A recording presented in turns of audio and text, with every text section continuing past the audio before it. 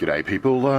So a while back now, Mr. Lockwood and I were kind of half jokingly suggesting that we should maybe compare our respective Bi-Lock stashes. So what I thought I might do is try and get a bit of a start on that. However, rather than dragging everything out, I thought I might limit myself a little bit and just show first generation and just show the padlocks that I have. And so with that being the rough plan, let's try to clean up here and see if we can have a closer look. So first off the rank, Lockwood. Quite like this one. It's a Lockwood 356 S63. I just have to slyly insert a key, and as you can see, whoops, quick change core, and she works beautifully, again hiding my key. So one of my favorites, one solid chunk of lock. Also nice are these Avis rocks. As you can see, I have a few of these. Series 2 8355. And once again, as you might have expected,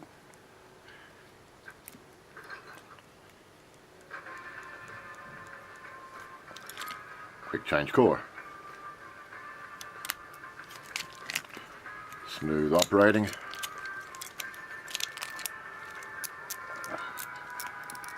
Line my key out.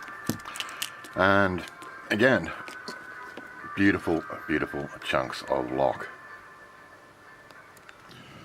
Moving right along, and more favorites. I really do quite like these. The bodies come from a company in Australia called pr0n, and these particular Lockwoods, I'm not entirely sure of the model number. I think it's a 248, 348. Not entirely sure, but it's something like that. If you're in doubt, just check out Alcom's website, Australian Lock Company, and you will find them there.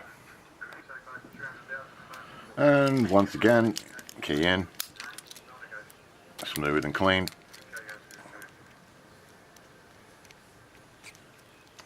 Quick change core. Absolutely beautiful locks.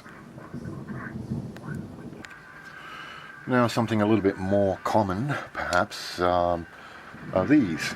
It's the Series 2 Avis 8350.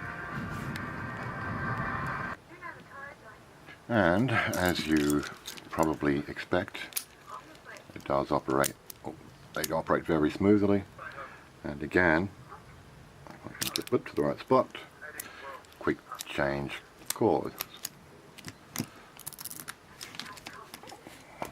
Sorry, I do have to hide the keys. But beautiful things. I like them, and I use them a bit. Now, perhaps slightly less common is what I think is the 284. It's basically an Avis 83 series padlock, 8345. As you can see, it's not a Series 2, it's kind of earlier than that. What I particularly like about it is that it has the Australian Lock Company logo and the name on the other side. And as with the others, operates smooth, and again, this one's a little stickier than the others, but quick change core again. Beautiful. I like having this one in the collection. Shouldn't really call it a collection. These are just locks that I have. I don't really collect. I wouldn't call myself a collector, but What can I tell you? I like what I like. And now more locks that I quite like these few here. This one is the six. Oh, it's right there. It's the 248. Not sure of the model number of these. They are quite cool. You can see it's kind of weatherproofing kind of deal here with these rubber stoppers that are attached.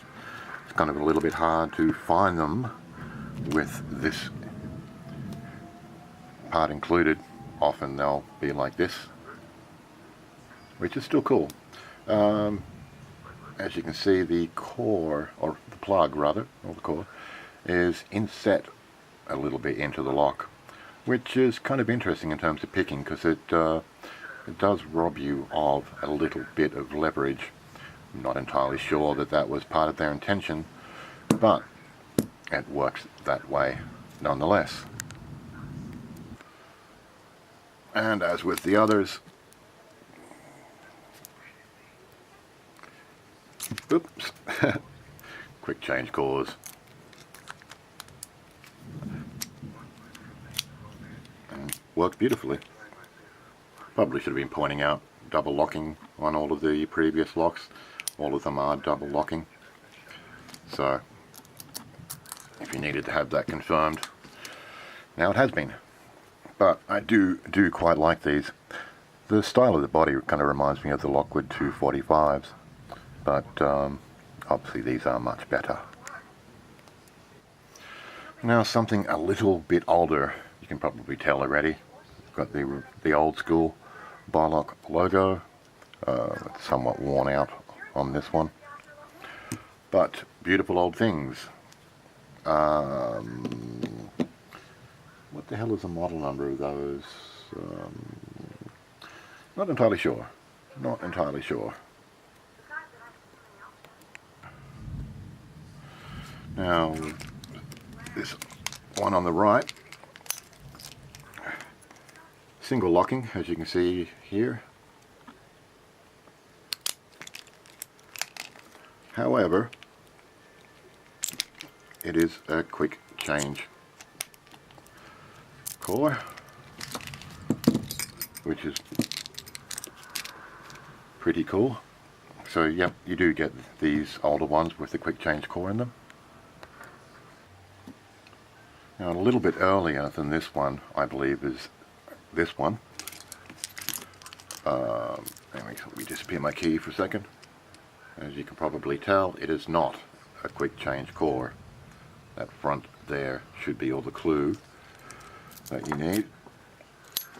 However, it is double locking, which is pretty darn cool. So this one is not going to be shimmed. Got which way the key rotated. So I quite like this one. Older still, I believe, is this one. Again, it is not a quick change core. Operates smooth, and again, this one is only single locking. So with these ones, obviously a shim will get you into the lock, which is really a shame, because I mean it's obviously a beautiful lock. Storm still threatening out the window. Yes, you know, Bi-Lock technology, not the easiest thing to pick, but then at that point they made the mistake of only having it single locked. So shim on the one side, pop, and you're in. Damn shame, but still, that's a beautiful bit of history, so I'm happy to have it. Oh, something worth mentioning, I guess, is if you have one of these old beasties and you want to get the plug out to do some work, you can drill a hole here, about 18 millimeters down from the top. Drill that hole and whack it from that side, and a pin should drop out of here, and that's the pin that retains the plug. And just in case you want to see it, that is one of the pins that you'll need to knock out from inside the lock. So a few good whacks and it'll start to come out, and you can just grab it with a pair of tweezers and pull it out, and from that point you can slip that core out and repin the lock or do whatever you like. With this non-removable core, the situation is a little bit different. Inside here, I don't know if you can see it. Hang on a second. Let me try this. Yeah, still not really showing up too clearly as far as I can tell through the viewfinder. But there's a little kind of grub screw in there which you can remove with an Allen key. And once you remove that, there is a pin going this way underneath it. And again, turn, whack, whack, whack. That pin will drop down a little bit. And once that's dropped down a little bit, you can then remove the plug. I'm not going to be bothered to go through that right now. But yeah, like I said, if you have a look inside the lock, if you've got one that looks like this, if you can see that Allen screw in there, pull it out and give it a few good whacks so you can get that pin to slide across. And once that slides across, then you can remove the plug. With these ones, there is no grub screw inside. So again, 18 millimeters down or so. Let me double check that measurement. Yeah, about 18 millimeters down. And that will allow you to get that pin inside out and allow you to remove the plug.